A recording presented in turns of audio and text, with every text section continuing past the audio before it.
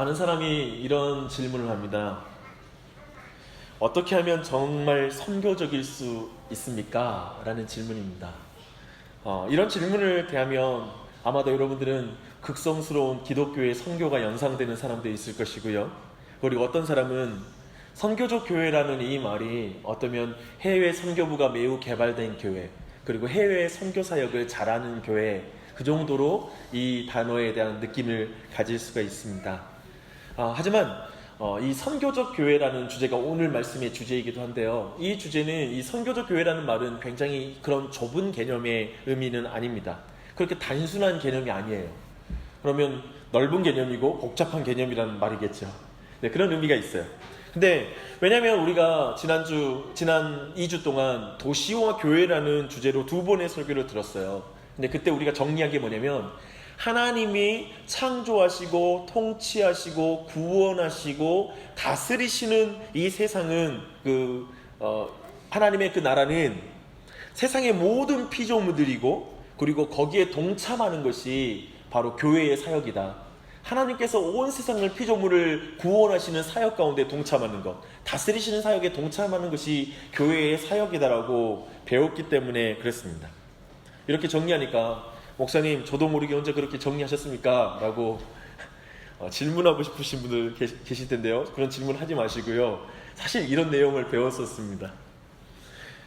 사실 이것을 좀 더 우리가 한국 기독교의 역사를 통해 이 부분을 좀 더 정리해 보겠습니다. 사실 한국 교회의 선교는 영혼들을 구원하는 선교라는 개념에 집중되어 있었고, 그것을 굉장히 강조했었습니다. 그래서 사형리와 전도폭발 훈련을 한 번쯤 우리 모두는 경험해 봤을 것이고요. 그리고 그것으로 전도를 했습니다. 그래서 그렇게 전도를 해서 얻은 사람들을 교회로 막 모았어요. 그리고 종교의 영역에 매우 집중시켰습니다. 종교의 영역이라고 제가 단어를 썼는데요. 그렇게 집중시키는 구호가 뭐였냐면 영혼 구원이었어요. 영혼을 구원하자라는 것에 온 교회가 힘써왔습니다. 그게 나쁜 것은 아니에요. 분명히 기억하십시오. 근데 교회는 그 과정 속에서 점점 사람들이 많이 모이기 시작했고, 한국 교회는 점점 대형화되었습니다. 그리고 사람들은 신앙생활에 몰입하기 시작했습니다. 생활신앙이 아니라 신앙생활입니다. 모든 에너지와 자원을 교회의 건물과 교회의 구조를 세우는 일에 힘썼습니다. 투자했습니다.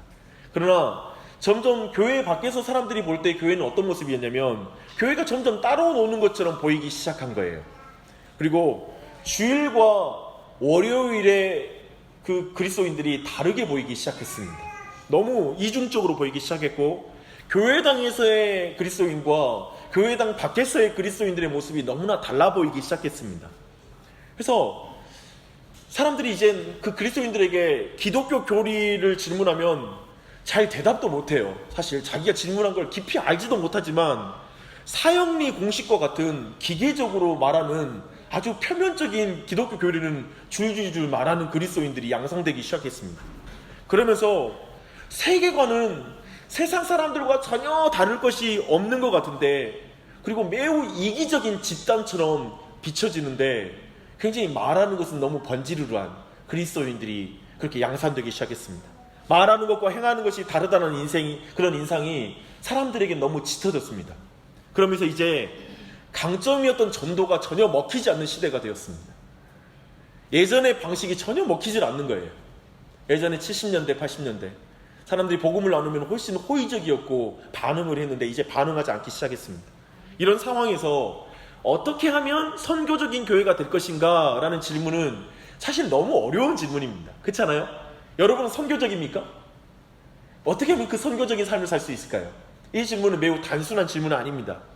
아마도 우리 모두는 노방전도적인 열심으로 선교적인 신앙인이 되라 그러면 이건 좀 자신도 없고 선뜻 동의하기도 힘들고, 그렇다고 내가 제대로 사는 것도 아니기 때문에 나보고 예수님 믿을 것 같지는 않고, 이게 낭패예요.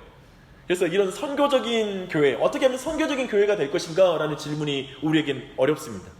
그래서 오늘 우리는 사도 바울이 일찍이 사도행전 19장에서 개척했던 그 예배소 교회를 통해서 선교적 교회를 한번 생각해 보고자 합니다. 그리고 오늘 본문 자체가 디모데후서잖아요. 이것은 지금 예배소 교회의 사도 바울의 후임 목사예요, 디모데가. 그래서 전체적으로는 지금 예배석 교회를 향한 그런 메시지이기도 한데요. 아마도 이것을 논문으로 써서 주제를 정하면 예배석 교회를 통해 이해하는 선교적 교회, 뭐 이렇게 논문을 쓰면 되는 내용을 제가 나눌게요. 논문식으로 나누지. 왜 웃으셨어요?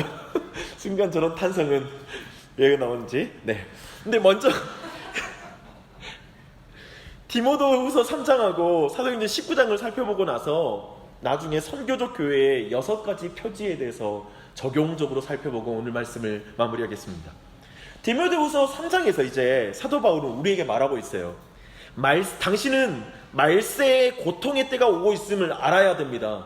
이 고통의 때가 영어로 뭐냐면 terrible times 아니면 hard times and difficult times라고 이렇게 번역을 하고 있습니다. 아무튼 전부 다 모든 말이 어려운 때구나, 이거 힘든 때구나 라는 걸 우리에게 말하고 있습니다. 근데 그 고통의 때가 이런 때라고 설명하고 있어요.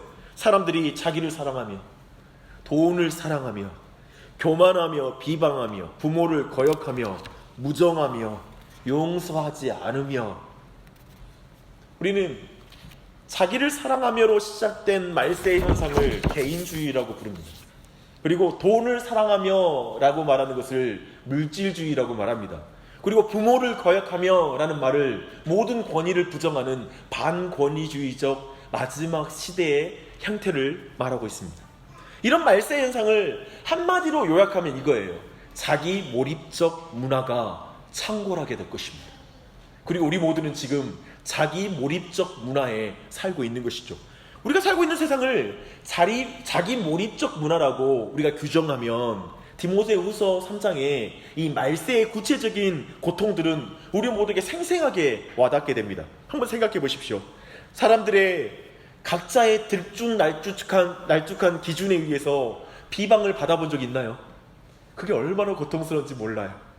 나의 말과 행동을 완전히 뒤틀어버리는 그 모함을 당한 적이 있으세요? 나는 그렇게 행동한 적이 없고 그렇게 말하지 않았는데 완전히 재구성을 하는 거예요. 요즘 거짓 뉴스라고 말하죠. 이것은 각자 개인이 뉴스의 사실들을 재구성해내는 거잖아요. 한편의 모함이라고 말할 수 있는 게 사회적인 현상이기도 하죠. 그런 걸 당해보면 그게 얼마나 고통스러운지 우리는 충분히 이해할 수 있습니다. 또 저마다 자신의 감정만을 말하기 때문에 함께 울어줄 친구가 없는 거예요.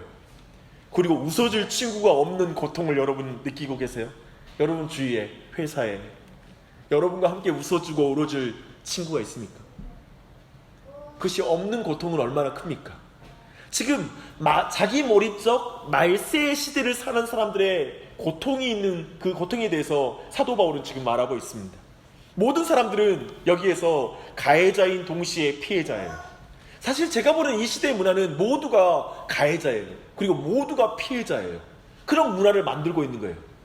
우리는 그 모든 것에 동의할 것입니다. 그런데 지금 사도 바울이 보니까 예배소 교회가 자기 몰입적 문화에 맞서는 것이 아니라 자기 몰입적 문화의 포로가 되어버렸다는 것을 사도 바울이 보고 있는 거예요. 즉 하나님의 교회가 세상과 구별되어서 세상의 문화, 그 세대를 본받지 않는 교회가 되는 것이 아니라 그 세상의 가치관을 따르는 교회가 돼버린 거예요. 그래서 로마서 12장의 표현을 따르면 교회는 이 세대를 본받지 말아야 되는데 세상의 가치에 동화되어 버린 것이죠.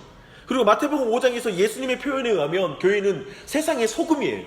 그 소금으로서의 정체성을 잊으면 안 돼. 그런데 그 맛을 잃어버린 거예요. 교회는 산 위에 있는 동네인데, 도시인데 지금 빛이 드러나지 않았다라는 거예요. 지금 에베소 교회는 그 상황이 돼버린 거예요. 그래서 여기서 한 사람을 한번 상상해봐요, 여러분들이. 여러분은 아마도 우리가 주변에서 볼 수도 있고 때로는 나에게서 볼 수도 있는 모습이기도 한데요. 그 사람은 너무나 이기적이고 돈을 너무 사랑하는 거예요. 너무 거만해. 그리고 용서할 줄도 모르고 사납고 사람이 거기에다가 사람들 뒤통수 치는 배신을 밥 먹듯이 하고요. 조급하고 막 얼마나 쾌락적인 사람인지 몰라요. 한마디로 이 사람은 어떤 사람이냐면 자기밖에 모르는 사람이야. 자기 몰입적 문화라는 뜻은 뭐냐면 자기밖에 모르는 문화라는 뜻이라고 이해하면 쉽게 이해될 거예요. 그런 사람인데 교회를 와보니까 그 사람이 대표 기도를 하고 있는 거예요. 기도를 할 때 죄송한데 오늘 대표 기도하는 사람이 부담이 되겠어요. 지난주에 지선자매였는데 잘 넘어갔습니다. 기도를 할 때 얼마나 얼마나 이타적이고 사랑이 넘치고 절제가 가득한지 몰라요. 옷도 아주 잘 입었고, 그리고 너무나 경건해 보여요. 우리는 이런 경우를 보면 전문 용어로 완전 밥맛 없다라고 말하죠. 근데 사도 바울은 5절에서, 오늘 본문 5절에서 이렇게 표현해요. 경건의 모양은 있으나 경건의 능력을 부인하는 이 같은 자들에게서 내가 돌아서라. 그쵸? 경건의 모양은 있으나 경건의 능력이 없어. 경건의 능력은 뭐냐면 이기심을 이기는 거거든요. 그리고 자기 중심을 이기는 거거든요. 자기 몰입적인 현상을 이기는 게 기독교에서 말하는 경건이에요. 우리가 교회에 와서 예배드리고 좋은 어떤 찬양하고 기도하는 것만이 경건이 아니라, 기독교의 경건은 고아를 돌보고 과부를 돌보는, 이것이 참된 경건이라고 성경은 말하고 있어요. 그런 의미에서 자기 중심성을 극복하는 게 경건인 거죠. 근데 경건의 모양은 있어. 교회에 와서 사랑해야 된다고 말하고 있고, 이 박 목사처럼 이렇게 입술로는 좋은 말을 많이 해요. 그런데 정말 자기 중심적인 사람인 것이죠. 그리고 그런 교회를 뭐라고 또 표현하냐면, 여러 가지 욕심에 사로잡힌 사람들은 성경 공부해도 끝내 진리에 이를 수 없다라고 말해요. 이렇게 경건의 모양만 있는 사람은 성경 공부를 해도 욕심이 이미 이끌렸기 때문에, 자기 욕심으로 가득 차 있기 때문에, 자기밖에 모르기 때문에 아무리 배워도 진리에 이를 수 없다라고 표현하고 있습니다. 우리 모두는, 우리 시대가 자기 몰입적 문화라는 것을 부인할 사람은 아무도 없을 거예요. 그리고 우리 모두는 어떤 오늘날의 교회가 자기 몰입적 문화에 영향을 받고 있는 교회라는 것 또한도 우리 중 누구도 그걸 부인할 사람이 없을 것입니다. 이 말은 우리 자신도 여기에 영향을 받고 있어요. 그렇지 않습니까? 나도 자기 중심적이에요.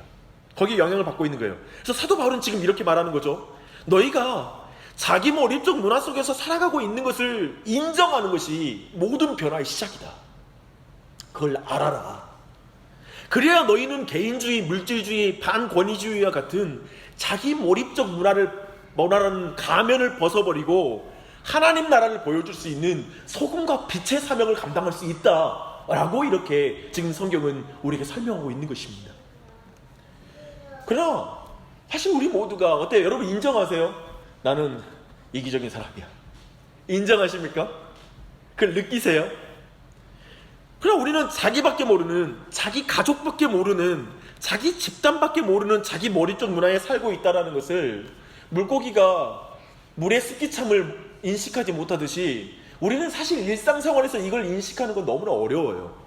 그래서 사도 바울이 또 표현해요. 뭐라고 하냐면, 악한 사람들과 속이는 자들은 더욱 악하여져서 속이기도 하고 섞기도 하나니.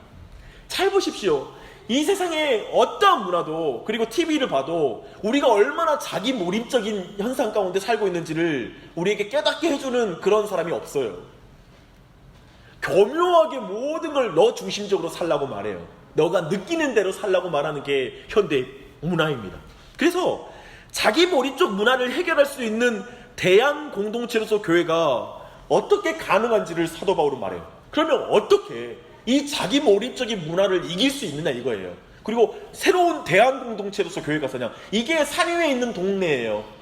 이게 교회, 즉 소금과 빛인 교회예요. 이 세상의 문화와는 다른 대안 공동체로서의 교회의 부르심이 거기에 있는 것입니다. 그래서 너무나 중요한 말씀이니까 함께 읽을게요. 14절부터 17절까지예요. 우리 디모데후서 3장 14절로 17절 함께 읽겠습니다. 그러나 너는 배우고 확신한 일에 거하라. 너는 내가 누구에게서 배운 것을 알며 또 어려서부터 성경을 알았나니 성경은 능히 너로 하여금 그리스도 예수 안에 있는 믿음으로 말미암아 구원에 이르는 지혜가 있게 하느니라. 모든 성경은 하나님의 감동으로 된 것으로 교훈과 책망과 바르게 함과 의로 교육하기에 유익하니 이는 하나님의 사람으로 온전하게 하며 모든 선한 일을 행할 능력을 갖추게 하려 함이라. 지금 이 문맥 그대로 따라가야 돼요. 방금 전에 사도 바울은 말세의 현상을 설명했어요. 그러니까 지금 말하는 이 말씀은 그 말세의 현상을 해결하는 해결책인 거예요. 지금 말세를 이기는 교회는 사도 바울은 성경 공동체라고 말하고 있는 거예요. 이 말 좀 식상하죠. 또 말씀 읽으라는 말씀이네. 또 이렇게 가죠. 좀 모호한 말일 수 있어요. 근데 좀 더 이해하기 쉽게 말하면 이 성경은 쉽게 말하면 복음이에요. 오늘 말씀 봐봐요. 예수 안에 있는 믿음으로 말미암아 구원에 이르게 하는 지혜가 성경에 있다. 성경이 말하는 것은 복음이다. 복음을 통하여 너희들은 이 세상성을 이길 수 있다. 자기 중심성을 이길 수 있다라고 알려주는 거예요. 바울은 지금 말세의 자기 몰입적 문화를 향해서 지금 이렇게 설교하고 있는 것입니다. 저는 이 내용을 방금 읽었던 성경 내용을 해석한 것이니까요. 여러분, 이 내용을 하나님이 주시는 말씀으로 한번 들어보십시오. 당신은 정말 당신 자신을 찾고 싶습니다. 당신이 정말 원하는 것, 인생의 의미, 존중, 소망, 당신의 고유한 성격, 그리고 당신의 가치, 당신과 함께하는 공동체를 찾고 싶습니까? 당신은 알고 있잖아요.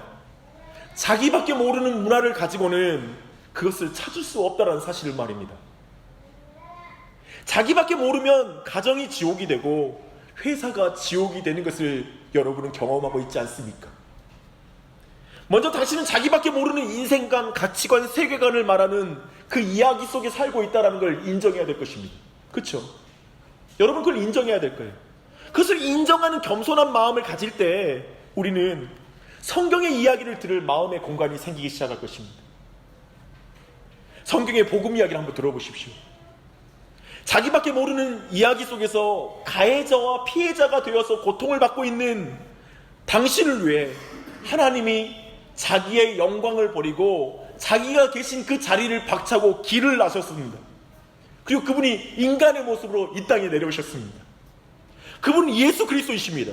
예수님은 자기밖에 모르는 자기 몰입적인 그 상황 속에 끊임없이 고통을 주고 고통을 당하고 있는 그 죄인들의 손에 의해 고통을 당하시고 십자가에 달려 죽으셨습니다. 온 세상의 인간은 이기심의 피해자요 가해자로서 고통을 당하고 있지만 십자가에 달린 예수 그리스도는 가해자가 아니라 오직 피해자로서 그 십자가에 의해 달려 죽음의 고통을 당하셨습니다. 왜요? 가해자인 당신을 대신해서 죽음의 고통을 당하신 것입니다. 이게 복음이죠. 하나님은 성경을 통해 우리 모두에게 말하고 있는 것이죠. 나밖에 모르는 고통스러운 이야기가 아니라 너밖에 모르는 나의 고통의 이야기를 들어라. 나밖에 모르는 고통스러운 이야기가 아니라 너의 고통을 위해 고통을 당한 너밖에 모르는 나의 고통을 알아라. 성경 속에서는 바로 그 이야기가 있다고 말하는 것입니다. 성경 속에는 우리의 고통을 대신해서 죽음의 고통을 당한 삼위일체 하나님의 이야기가 성경 속에 있는 복음의 이야기이죠. 이 이야기는 자기 몰입적인 문화로부터 우리를 구원할 뿐만 아니라 이제 하나님의 교회를 자기 몰입적 문화를 변화시키는 그 일 가운데 그 교회를 사용한다는 거예요. 오직 이 복음을 만나는 교회만이 이 세상 가운데 자기 몰입적인 문화를 가진 세상을 구원하는 일 가운데 동참할 수 있고 그 일에 쓰임받을 수 있다는 거예요. 쉽게 말하면 나밖에 모르는 문화는 오직 나밖에 모르는 예수 그리스도의 사랑을 만나야만 그 일을 변화시키는 사역을 감당할 수 있다는 거예요. 지금 사도 바울이 예배소 교회에게 강조하는 건 이거예요. 성경 속에 예수 그리스도로 말미암는 그 구원의 은혜를 믿는 믿음을 가운데 구원을 받아라. 그 은혜가 필요하다고 말하는 거예요.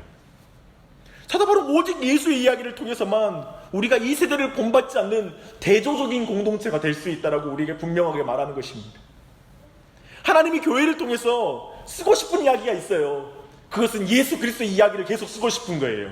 이 세상 속에서 자기 영광을 버리신 그 이타적인 예수 그리스도, 자기 중심을 깨뜨리신 예수 그리스도, 그 예수님의 이야기를 이 세상 가운데 교회를 통해서 쓰고 싶은 거예요. 그래서 교회는 로마서 12장 2절의 말씀처럼 너희는 이 세대를 본받지 않는 공동체이다. 교회는 일반 문화와 예배에 대항하는 대조적인 공동체이다. 그런 공동체가 되려면 모든 사람들은, 모든 개인은 복음으로 말미암아 마음을 새롭게 해야 된다. 마음의 변화를 받아야 된다라고 말하고 있습니다. 하지만 교회는 사람들을 불러서 회심시키는 장소일 뿐만 아니라 그들이 살고 있는 가정과 직장과 도시에서 그 도시를 섬기고 그 도시의 정의를 위해서 사역하는 것이 바로 교회의 사명이고 그리스도인의 사명인 것이죠. 교회는 성경의 지도를 받아 이 세상에서 계속 예수 그리스도의 이야기를 써가는 거예요. 그게 바로 교회의 사명이에요. 그래서 사도행전 19장을 보면 사도 바울이 디모데가 목회하고 있는 에베소 교회를 세울 때의 그 이야기가 사도행전 19장에 나와요. 근데 사도 바울은 에베소라는 그 도시를 사로잡고 있는 그 사상과 그 땅의 우상이 무엇인지 정확하게 알고 있어요. 그래서 사도 바울은 에베소라는 도시를 사로잡고 있는 그 사상과 대조가 되는 복음의 이야기를 두란노에서 날마다 가르쳤다고 말하고 있습니다. 근데 그 시간이 2년이나 가르친 거예요. 사실 한 장소에서 이렇게 긴 기간 사도 바울이 가르친 모습의 내용이 나오지 않아요. 굉장히 긴 기간 매일마다 이 복음이 전파된 것입니다. 그래서 2년 동안 복음은 매우 광범위하게 아시아 땅에 펴졌다고 말하고 있습니다. 철저하게 자기 몰입적 이야기와 대조되는 복음의 이야기는 에베소 교회에 정말 강력하게 영향을 끼치기 시작해요. 특별히 한 사건이 나와요. 마술을 행하던 사람들이 자신들의 생계를 유지시켜줬던, 돌을 만들어줬던 책을 가지고 와서 불태워버려요. 그 불태워버린 그 책에 오늘날의 액수로 환산하면 60억 원에 가까운 책을 태운 거예요. 상상이 돼요? 60억 원에 달하는 책을 태우는 거예요. 이것은 도시 전체를 발칵 뒤집는 사건이었어요. 그래서 왜냐하면 에베소라는 이 도시는 유독 돈을 사랑하는 도시였거든요. 돈을 너무 사랑했어요. 그래서 모든 종교와 철학도 다 돈이 되니까 하는 거야 라는 식의 가르침이 있었어요. 그래서 그 땅에는, 에베소는 사람들이 최신식의 철학을 나눌 때 항상 그 새로운 선생에게 돈을 주는 습관이 있었어요. 그게 그 사람의 수익이었어요. 그래서 사도 바울은 이런 오해조차를 피하기 위해서 특별히 에베소에서는 텐트 메이커, 즉 텐트를 장막을 짓는 사람으로 거기서 내가 의도적으로 그렇게 행했다라고 말하고 있어요. 돈으로 내가 사고 팔려고 복음을 전한 게 아니다라는 걸 명백하게 드러내는 방식으로 하는 거예요. 지금 뭐냐면, 지금 이 사도 바울의 에베소의 사역은 그 땅에 있는 우상에 대한 대조적인 공동체로서, 그 땅의 우상을 깨뜨리는 복음으로서 그 돈의 우상을 깨뜨리는 복음을 명백하게 전하는 데 초점을 주는 거예요. 이게 바로 교회의 사명이라고 사도 바울은 의도적으로 연결시켜서 우리에게 말하고 있는 것입니다. 근데 이 내용은 굉장히 우리로 하여금 많은 걸 생각하게 해요. 지금 우리는 에베소 교회와 관련된 디모데후서 3장과 그리고 사도행전 19장의 내용을 살펴본 바 그 사도 바울의 가르침을 우리가 보았습니다. 이 내용을 잠깐 정리하고 다음으로 넘어가시죠. 성경이 말하는 그리스도인은 단순히 말하는 영적 소비자가 아닙니다. 교회는 사람들의 감정적 필요를 채우기 위해 헌금 내고 오가는 종교적인 그런 마켓이 아닙니다. 교회는 자기 사랑, 돈 사랑으로 대표되는 자기 몰입적 문화로 대표되는 21세기의 개인주의와 물질주의와 모든 반권위주의가 만드는 고통스러운 이야기에서 우리를 구원하는 예수님의 이야기를 매일마다 전파하는 것이 교회예요. 그래서 주일마다 여러분은 복음을 들어야 돼요. 개인주의를 깨뜨리는 복음. 그래서 교회는 예수님의 이야기를 들으면서 너무나 자기중심, 나밖에 모르고 내 가족밖에 모르는 그 개인주의가 깨지는 걸 경험하는 것이 교회예요. 그리고 물질주의, 돈밖에 모르는 세상 속에서 그 돈밖에 모르는 가치를 가지고 왔다가 그것이 복음으로 말미암아 깨어지는 것이 교회예요. 그리고 반권위주의라는 우상들이 깨어지는 것이 바로 교회입니다.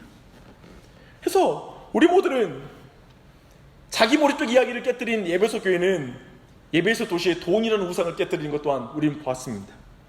그래서 우리는 오늘 이 시간 있잖아요. 우리가 예배하는 이 예배란 자기 사랑에 이어진 이기적인 삶을 회개하고 다시 예수님의 이야기와 연결되는 시간이 바로 이 예배 시간이에요. 그래서 아까 말했던 예수님의 이야기, 그 복음의 이야기에 다시 링크되는 거예요. 그래서 일주일 사이에 우리가 쓰고 있었던 이야기 한번 잠깐 떠올려봐요. 나는 이 일주일 동안 뭘 썼지? 부부 사이에 썼던 내 이야기는 뭐야? 예수님하고 연결된 이야기가 있나? 아니면 세상 사람들이 말하는 이야기를 그대로 받아 쓰고 있었나? 뭘 내가 쓰고 있었나? 회사에서, 그리고 이웃과의 관계에서 난 뭘 썼는가? 라는 걸 돌아보는 것이죠. 아마도 우리 모두는 그 안에서 여러 가지 마음이 스칠 것입니다. 교회는 예수님의 이야기를 듣는 곳이에요. 그리고 그 예수님의 이야기만 듣는 곳이 아니라 예수님의 이야기를 이어서 쓰는 곳이 교회의 공동체인 줄 믿습니다. 우리 모두는 예수님의 이야기를 쓰기 위해 이 자리에 모여 있는 줄 믿습니다. 그래서 자기 사랑과 대조되는 그 대조적인 교회는 교회를 위한 도시가 아니라 도시를 위한 교회라고 우리는 살펴봤습니다. 완전히 이젠 방향이 달라요. 교회 안에서 뒤집어지는 것은 아무 소용이 없어요. 교회 안에서만 와서 뒤집어져. 세상에 아무런 영향을 안 줘. 그것은 의미가 없어요. 교회의 궁극적인 목적은 이 세상 가운데 있는 문화를 바꾸는 거예요. 이 세상의 문화를 뒤집는 것. 그 도시 가운데 하나님의 문화를 나타내는 것이 교회의 사명인 것입니다. 그래서 우리는 그곳이 도시를 위한 교회라는 그 의미가 바로 그런 의미입니다. 이제 이 정리를 처음 이 설교를 할 때 던졌던 질문과 연결시키겠습니다. 어떻게 하면 정말 선교적일 수 있을까요? 어떻게 하면 우리 교회는 이 도시에서 진짜 선교적인 교회가 될 수 있을까요? 이 시대의 선교적인 교회는 어떤 교회일까요? 그게 제 질문이에요. 팀 켈러라는 제가 되게 많은 것을 배우고 있는 목사님은 그의 책 센터 처치에서 선교적 교회의 6가지 표지를 말해주고 있어요. 저는 그 내용이 사도 바울의 예배소 교회에서 가운데 개척과 이 과정 속에 가장 잘 나타나고 있다고 생각합니다. 그래서 그 6가지 표지를 말하면 이거예요.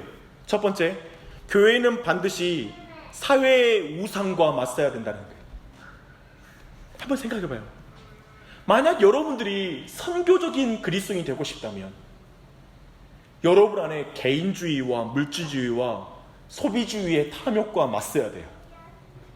즉 그리스도인들이 우리 안에 있는 개인주의와 자기밖에 모르는 그 삶을 깨뜨리지 않는 이상 복음 전도와 선교적인 삶은 불가능한 거예요. 이해되세요? 제가 이해하는 선교적 교회는 이것입니다.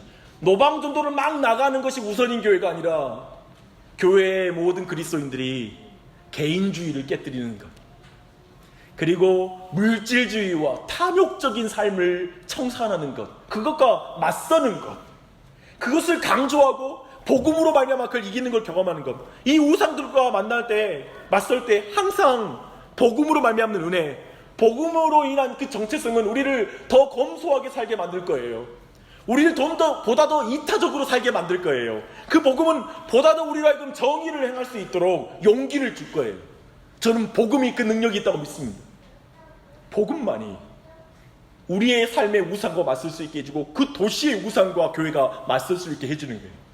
할렐루야. 복음의 능력 모르면 교회는 세상과 똑같아져요. 우리가 이것을 첫 번째, 우리가 살고 있는 이 선교적 교회의 의미는 바로 그 의미인 것을 살펴봅니다. 두 번째는 뭐냐면 교회는 반드시 실력 있게 맥락화하고 일상 언어로 소통해야 된다는 거예요. 무슨 말이냐면 교회에 사람들이 모였는데 다들 세상 사람들과 이제 교회에 막 온 사람들이 이해할 수 없는 언어들로만 이야기하는 거예요.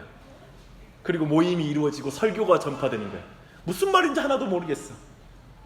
그런 것이 아니라 그들이 이해할 수 있는 언어로 교회가 이루어지는 것이죠.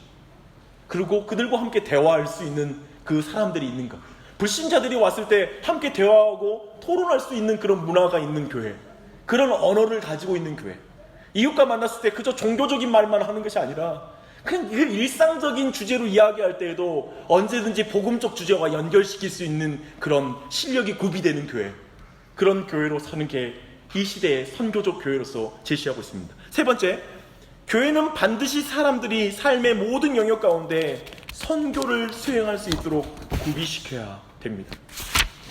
여러분 어떻습니까? 교회는 회중이 첫 번째, 사람들과의 관계망 속에서 복음의 증인이 될 수 있도록 도와줘야 돼요. 여러분 어떠세요? 이 교회에서 계속 말씀을 들으면서 불신자들과 훨씬 대화할 수 있는, 그들과 내 주변에 있는 사람들을 좀 더 소중히 여기고 가까이 다가가게 만드는 것을 경험하고 있습니까? 그리고 그들이 가지고 있는 인생관의 이야기를 들으면서 대화가 통하면서 그 이야기를 들어주면서 잔잔하게 복음을 나눌 수 있는 그 영적인 연결고리들을 많이 발견하고 있습니까? 그렇다면 그 사역들이 잘 이루어진 것이라고 말할 수 있을 것입니다. 두 번째는 뭐냐면 사람들이 이웃과 도시에서 이웃을 사랑하고 정의를 이루는 일을 교회는 도와야 됩니다. 최근에 우리 교회 한 지체가 그런 고민을 많이 했어요. 이번에 SRF 문제 때문에 본의 아니게 그 일에 나서게 됐다는 거예요. 근데 항상 그 나서는 오지랖 때문에 고통스럽다고 그런 말 하더라고요. 모임에서 그것 또한도 하나님이 쓰시는 것일 텐데 기쁘게 즐겁게 하시라고 그런 격려를 좀 해줬어요. 근데 본인은 그 시간 가운데 이렇게 눈물을 비치더라고요. 뭐냐면 자기는 이게 늘 나는 잘못하고 있는 것 같은 느낌이었고 교회 일에 더 열심히 해야 되는데 못하고 있는 것 같았다. 근데 아니, 그렇지 않을 수 있다. 또 고통스러운 이 환경의 공해 속에 끊임없이 사람이 고통을 당하는데 그 일 가운데 하나의 목소리로 역할이 있을 거라는 생각이 든다고. 그 격려를 해줬을 때 그 마음이 좀 더 회복되는 걸 봤습니다. 우리는 이 세상 가운데, 이 땅 가운데, 이 도시 안에서 정의를 행하는 일 가운데 그리스도인들은 그 안에 들어갈 수 있습니다. 그리고 세 번째로는 사람들의 믿음과 신앙을 통합해서 직업을 통해 문화에 참여하는 것에 적극적인 교회가 되는 것. 그래서 직업과 신앙, 즉 일과 신앙의 문제를 매우 잘 다루고 예리하게 다뤄서 성도들로 하여금 직장 안에서 하나님의 일을 감당하는 것들을 적극적으로 격려하고 그 안에서 어떻게 성경적으로 살아가야 될지를 충분하게 성실하게 가르쳐주는 교회가 되는 것. 이런 모든 걸 통하여 선교적인 교회는 자비의 실천과 사회 정의의 추구에 있어서 전통 교회들보다 훨씬 더 깊고 실제적일 수 있어요. 사실 전통 교회는 복음 전도만 하거든요. 거기에 집중되어 있거든요. 그렇지만 세상 속의 삶을 깊이 다룰 수 없거든요. 그런 거에 비해서 훨씬 더 선교적인 교회는 그 일을 다룰 수 있어요. 또한 전통적인 자유주의 교회들은 세상 속에서 이 세상을 바꾸는 일에, 개혁하는 일에 관심이 커요. 그러나 그에 비해서 이 선교적인 훨씬 깊고 실제적으로 여러분이 전도할 수 있게 해줘요. 아까 말한 대로 이건 근본적으로 복음 안에서 변화된 삶으로 세상을 바꾸는 삶이거든요. 그 일을 할 수 있게 해줘요. 그리고 네 번째는 교회는 반드시 공익을 추구하는 반문화여야 한다라고 말하고 있습니다. 공익을 추구하는 반문화를 가진 교회, 그게 선교적인 교회로서의 적용입니다. 지난주에 되게 아주 저를 즐겁게 하는, 기쁘게 만드는 문자가 하나 왔습니다. 저희 교회 등록 준비 과정 중에 있는 한 교우님께서 KDN에서 일하고 계시는데 그분께서 이런 소식을 보내왔어요. 좋은 소식이 있어요. KDN 노조 사무실에 도시축제 홍보지를 드렸더니 아마 모금을 하셨나봐요. 50만 원을 저한테 전달하신 데서 직접 하시라고 했어요. 그러니까 지금 도시문화축제를 말하는 거죠. 교회들이 연합해서 도시의 공적인 영역에서, 즉 이 도시의 공익을 추구하는 일들을 감당할 때 교회에서 펀딩이 되는 게 아니라 도시 자체에 신우회에서 돈이 걷어지는 게 아니라, 신우회 중에 아무도 지금 이런 일을 행한 것은 없고요, 노조에서 돈을 걷어서 이 일을 돕는 거예요. 이해되세요? 실제로 교회는 이 일을 하는 거예요.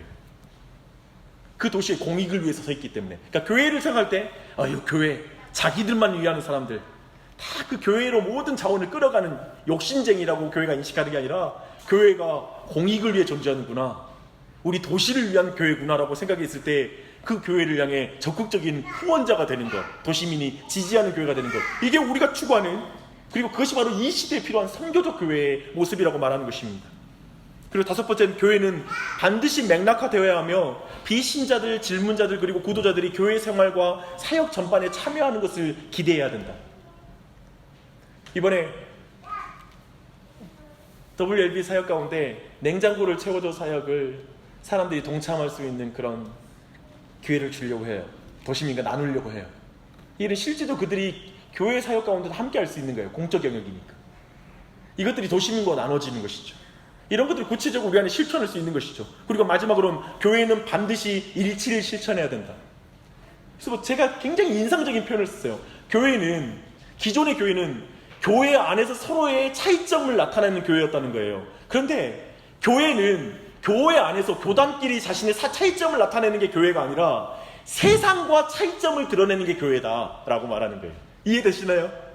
우리는 이제까지 교회 안에서 서로의 차이점을 말하면서 교단이 나눠져요. 분열돼요. 연합하지 못해요. 그게 아니라 이 세상에 자기 중심적 문화, 자기 몰입적 문화, 자기 사랑의 문화, 이기적인 문화, 이 세상에 있는 모든 좀 험담과 저주의 문화, 이런 문화와 구별된 문화를 갖는 것, 그게 바로 마지막 시대의 선교적인 사명을 감당하는 교회가 되는 거예요. 어때요? 우리 교회는 이 일 가운데 여기까지 왔습니다. 그리고 이 선교적 교회를 저는 교회를 개척할 때부터 이 이해를 가지고 사실은 교회를 개척하고 여기까지 왔습니다. 그리고 여러분도 알다시피 아마도 우리 교회 곳곳에 그런 모든 것들이 어떤 식으로 지금 열매는 그 완전한 형태는 아니지만 교회가 거기 가운데 우리가 나아가는 과정 속에 있다는 걸 여러분 느낄 것입니다. 근데 한 가지만 말씀드리죠. 한 가지만. 이 모든 걸 움직이게 하는 건 복음입니다. 복음의 능력. 아까 나눴던 그 예수 그리스도의 복음의 이야기에 우리가 감동하고 바뀔 때만 이 모든 일은 진짜 이루어질 수 있어요. 이번에 WLB 해요. 오늘부터 해요. 저는 오늘 모든 시작부터 마지막 끝날 때까지 내가 예수님의 이야기에 연결돼 있어 라는 그 마음이 있었으면 좋겠어요. 이타적인 나를 위해서 죽으신 고통당하신 예수 그리스도, 정말 예수님이 쓰신 그 이야기, 다른 이야기, 그 이야기에 내가 지금 속해 있고 거기에 순종하는 이야기를 쓰고 있어라는 그 마음의 기쁨이 가득했으면 좋겠어요. 그 즐거움 가운데 모든 일을 했으면 좋겠어요. 그래서 불평이 없고 기쁨이 있고 즐거움이 가득하고 또 믿음 가운데 정말 우리 안에 성실하게 그 일을 감당했으면 좋겠습니다. 할렐루야. 그 은혜가 우리 모두에게 넘치기를 바랍니다.